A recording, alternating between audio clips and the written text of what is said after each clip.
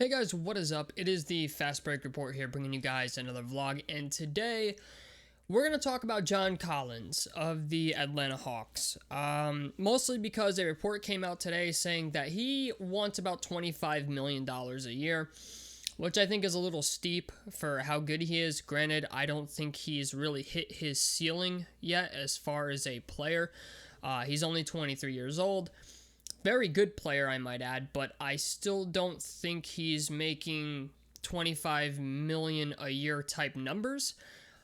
I could argue 20, maybe 18 million a year for someone like him, but 25 million is a lot of money, and this also comes in the aftermath, really, of them talking about potentially trading John Collins. Like, we know his name is on the trading block. We know teams are calling about him. John Collins, it's been, the rumors have been that he's been unhappy with the Atlanta Hawks about his involvement in the offense and all this other stuff. And, granted, they just got rid of their coach, who I thought was terrible. I think that the Atlanta Hawks are way too deep to be underperforming. Like, they're 19-20 right now, and about a couple weeks ago, like, all these other teams in the East were going on winning streaks, and the Hawks are like losing games to the Charlotte Hornets and the Cleveland Cavaliers. Like, the Hornets, don't get me wrong, I'm not saying they shouldn't lose to certain teams, but there's no reason that you should lose as the Atlanta Hawks to the Charlotte Hornets twice in a row. There's no reason you should lose to the Cleveland Cavaliers twice in a row. I think their roster is just way too deep for them to be losing some of the games that they lose. And yes, since they made the coaching change, I guess you could say they've improved. They are now the 8th seed currently. They're currently sitting at the 8th seed in the Eastern Conference. But John Collins is a restricted free agent at the end of the year. He's making like $4 million this year. And Atlanta's really put in a weird situation, right? They could do a sign and trade at the end of the year. But they also have the idea of whatever John Collins gets offered, they would have to match and then potentially trade him. I'm going to be honest, I think the best value for John Collins for the Atlanta Hawks is now. I think they have to trade him now. That's my personal opinion. I think the trade deadline is March 25th or something like that. But if they're going to move John Collins, I think they have to do it now, because first of all, he has a small contract. They could get a couple different things for John Collins that I think would help. I think it would benefit them in the future. Now, there's a couple teams that I like. The first one I like is OKC. I like OKC. And the reason I like OKC is because they have enough cap space to take on John Collins' 1-year deal worth $4 million. Are they willing to part with all their draft picks? I don't know. But they have a bunch of draft picks now going into 2026? Okay, and not for nothing, but not all first round picks are a guaranteed lock to be a good player. Like, there have been tons of first round picks in the NBA draft who have just been total busts, even the number 1 overall pick can be a bust. So I think if you're Sam Presti in this situation and Atlanta is looking to shop John Collins, send him a first round pick or 2 first round picks or 2 first round picks and a player or something like that, because then you give Shai Gilgeous-Alexander somebody else to play with. Trevor Ariza's contract expires at the end of the year. Al Horford is the biggest player they have, and they're kind of just paying him to be there, essentially. Al Horford's contract is insanely huge. I don't know why Philadelphia gave him that huge contract to land him and then really essentially almost not play him, and then he became like a shell of himself. I just think the amount of money he got paid was I don't know. All I know is whoever Al Horford's agent is, that man is amazing. But it's just the idea. I think Oklahoma City could offer, even if they offer 3 first round picks, I know that's extensive for John Collins, but he's still a player that I think has room to improve. At least OKC, if they get him right, they have the ability to re-sign him. I think, and offer him a really big contract. And not only that, but even in that case, right, if another team comes in and offers him a contract, he's a restricted free agent, so they'll get the ability to match it, and then he gets to stay with the team. So I think Oklahoma City has a real good reason to trade for John Collins. I think they have, like, for me, if I'm Sam Presti, I'm calling Atlanta. I'm like, hey, what do you want for John Collins? And I'm going to be honest, I would make every player available with exception of Shai Gilgeous-Alexander. That's it. I would make everyone else available. And other than that, yeah, I think OKC is probably one of the best destinations you could go to. Oklahoma City is a team with a bright future. And being that John Collins is only 23, he can obviously build with Shai. And then, they could draft more players who end up becoming really good. I just think the future situation there looks a lot better. That's just my personal opinion. Next is the Hornets. I think the Hornets, and this is a weird trade, and I'm going to get people who I don't think like this, and that's fine. But the Hornets should offer PJ Washington for John Collins. And the reason I say that is because, first of all, I think John Collins is more established than PJ Washington at the moment. But this season alone, we've started to see PJ Washington sort of come into his own. And while I think John Collins is better on defense, PJ Washington and John Collins they're very similar players. As in, they can stretch the floor, they rebound. PJ Washington is slowly starting to, really attack the glass. He's starting to look like he belongs in the NBA. And he recently had I think a 40-point game. Like, PJ Washington is one of those players that will, I think, be a really good stretch player, or at least a really good big in the future.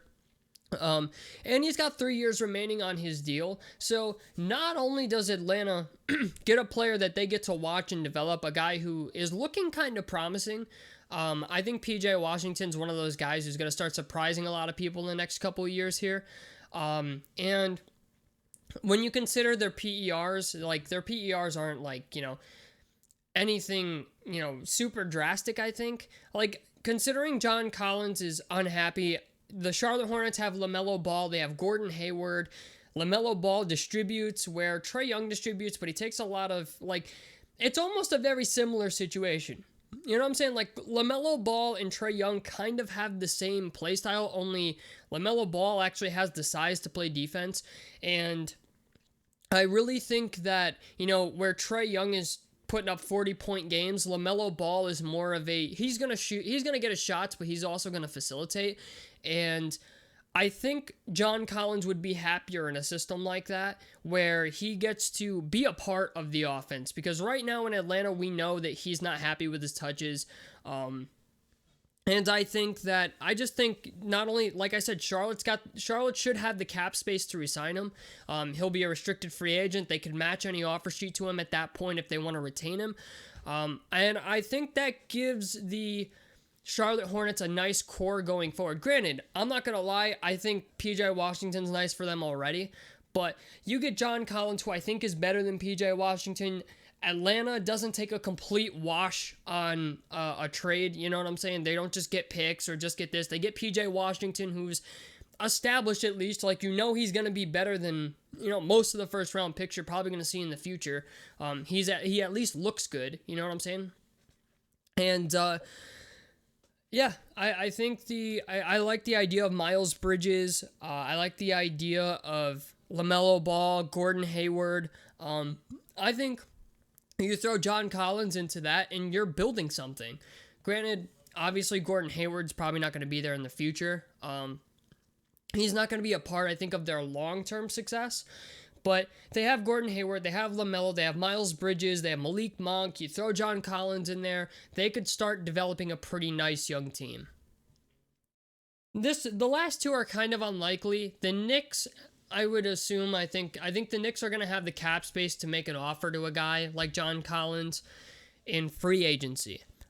This is a little off topic. I know I said now is the time to trade for John Collins, and I think it is, considering he's only got a $4 million contract, and if you're paying him $25 million a year, I think that actually takes away from your potential trade offers, but it's just the idea.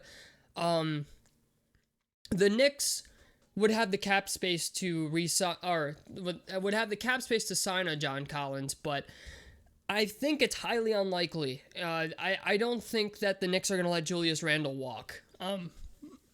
Julius Randle is in the last year of his deal. He's getting paid $18 million, but with the way Julius Randle is playing this year, the Knicks are gonna pay that man. I know they are. I mean, John Collins, don't get me wrong, he's a good player, but the Knicks are the only team I can think of that I think has a significant amount of cap space to actually sign a player like John Collins in free agency. I just want to throw that in there at the moment. The Spurs maybe, but yeah, that's what I think currently at the moment about that. And lastly, this one is very unlikely to happen, but I'm only saying this because I think this guy's going to be really, really good. And that's Saddiq Bey of the Detroit Pistons. The Detroit Pistons just got rid of Blake Griffin. They're only $1 million in the negative for cap space this year now that they agreed to a buyout with Blake Griffin. And to be honest with you, they could trade Saddiq Bey for John Collins straight up, maybe throw in a first-round pick or something. I think that would be a really nice trade for Detroit, and Atlanta gets Saddiq Bey, who I think is going to be a really, really good player. Saddiq Bey has obviously more than 1 year on his contract. I think he's got 2 or 3. So you get a guy who's got some years left. You get to see what he develops into. And I just personally think like the best 2 scenarios right now for the Hawks are just a package full of draft picks from OKC and the potential of a PJ Washington trade for John Collins. Those are what I think are the best trades right now or at least the most likely. Just because like Denver, I know has been in the mix. Sacramento could get in the mix with Marvin Bagley or Buddy Hield or somebody. But you kind of got to look at what the Hawks need. They need a backup center, and I'll be honest, I don't think they need any more small forwards. They definitely don't need any more point guards. I just think at this point, if you're Atlanta, you want something in return for John Collins because yes, you could let him walk into free agency and, match his restricted free agent contract, and then you're in the cap penalty for, cap space, but at the same time, it's kind of like the reason I say this is just because I don't think John Collins is going to want to go back to Atlanta. It's obvious he doesn't like the situation. It's obvious he feels like he needs to be a more important part of the offense. And I think he should just go to another team where he can actually do that. And I think OKC offers a great opportunity. I think the Charlotte Hornets offer a great opportunity. Even the Pistons, to an extent, I think offer a really good opportunity. It's just any of these small market teams where John Collins can be like a number 2 option and not like a number 3 or, a team where he's not standing around watching somebody, do isolation dribbles and pull up shots on half court. Okay. I think that's ideal for John Collins. A guy who can stretch the floor, a guy who's going to get touches. He's good on both ends of the floor. It's not like he's a bad player. So I think, I think it's kind of a weird, touchy situation, but I think the Atlanta Hawks need to trade him now, before the deadline, if they actually want to not limit themselves to only certain offers. Because once you re-sign a player, right, to $25 million a year, that contract becomes that much harder to move. We see it with the Pacers, right? Like with Miles Turner, and Sabonis has become a very, very good player. But a couple years ago, right, like a year or two ago, they were talking about moving Sabonis and Miles Turner, or one of the two. And still to this day, people still talk about that. But when you got guys who are making $20 million a year, $25 million a year, you limit yourself to what you can actually get in return for those players. Because if you want young assets, chances are most teams aren't going to offer you all their young assets for a player. Whereas if you get John Collins, right, and you can acquire some draft picks, or you can acquire a PJ Washington and a first round pick, or a PJ Washington and a second round pick, or a Sadiq Bey and a first round pick. You know, if you can include a package like that where you get a player in return and a draft pick for John Collins, I think that's a fair deal. You know, John Collins is good. He's not worth $25 million a year yet. That's all I'm saying. So, in the long run, if the Hawks do not trade John Collins, either the Hawks are going to overpay for him, or another team in free agency is going to overpay for him. And there are certain teams that can afford to overpay for him, like the Oklahoma City Thunder. That right now, though, those are like the only teams I can think of that I think are really honestly worth getting in the mix on this with. I know Boston is in there too, but I don't think Danny Ainge loves draft picks, man. Like the Celtics you could throw in there, but I just don't think Danny Ainge is giving up a draft pick for a guy that there's no guarantee he's going to come back. Then they're already, I'm not for nothing, man, but Boston's already in a cap space nightmare. Granted, they got rid of Gordon Hayward, thank God. But they also have a $28 million trade exception, which they haven't exercised yet.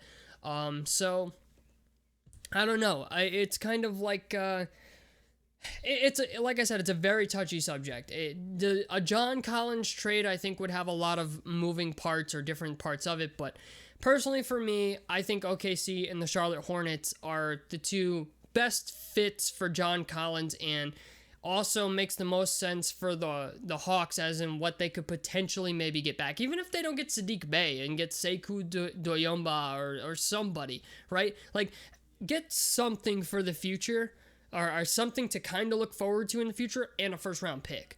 Okay, to me, that's what I think the ideal trade scenario is. But anyway, guys, that's it for me. Tell me what you guys think down below in the comment section below. A like helps me out. Subscribe if you guys want to see more. This has been the Fast Break Report, and I'm out of here. Peace, guys.